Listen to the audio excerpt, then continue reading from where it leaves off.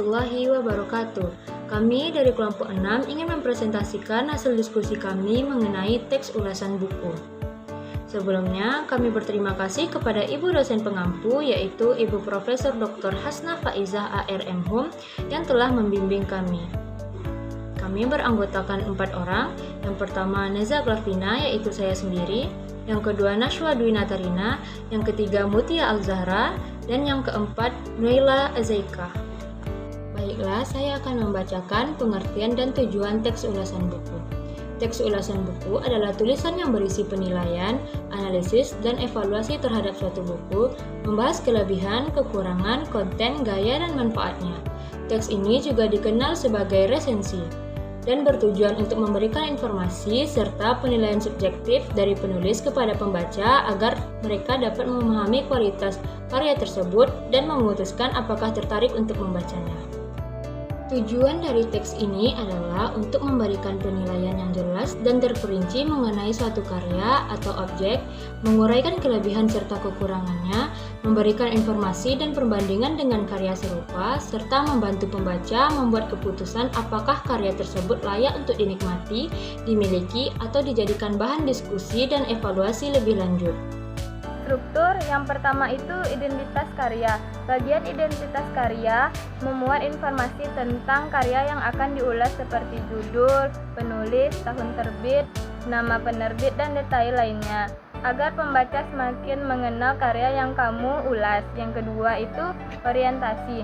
Bagian orientasi biasanya ada dalam paragraf pertama teks ulasan dan menjelaskan bahwa karya yang dibahas menarik perhatian luas dari berbagai kalangan, menunjukkan bahwa karya tersebut dikenal dan diminati banyak orang, misalnya menyebutkan penghargaan yang diperoleh atau jumlah penonton.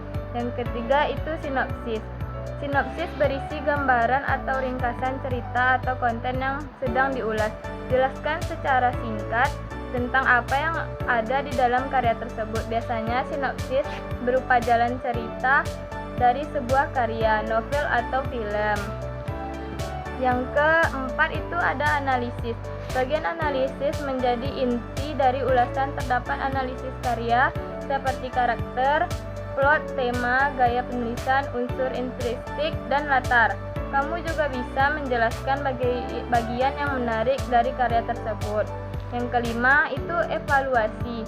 Struktur terakhir adalah evaluasi. Bagian ini berisi kelebihan dan kekurangan suatu karya dan memberikan kesimpulan tentang seluruh nilai dan kualitasnya. Ciri-ciri. Yang pertama itu struktur jelas. Biasanya terdiri dari orientasi, tafsiran isi, evaluasi, dan rangkuman atau kesimpulan. Yang kedua, bersifat objektif. Penilaian disertai alasan logis, bukan sekedar pendapat pribadi tanpa dasar. Yang ketiga, mengandung deskripsi karya. Menjelaskan bagian penting dari karya yang diulas, contohnya seperti isi, tokoh, alur, latar, kualitas, dan lain-lain. Yang keempat, memuat kelebihan dan kekurangan, memberikan penilaian seimbang, tidak hanya memuji atau mengkritik. Yang keenam, menggunakan istilah sesuai bidang karya, misalnya istilah sastra untuk buku, istilah sinematografi untuk film, atau istilah musik untuk lagu. Yang ketujuh, bertujuan memberi informasi dan rekomendasi, membantu pembaca atau pendengar memahami serta mempertimbangkan karya tersebut. Selanjutnya, kaidah kebahasaan. Yang pertama itu konjungsi penerang.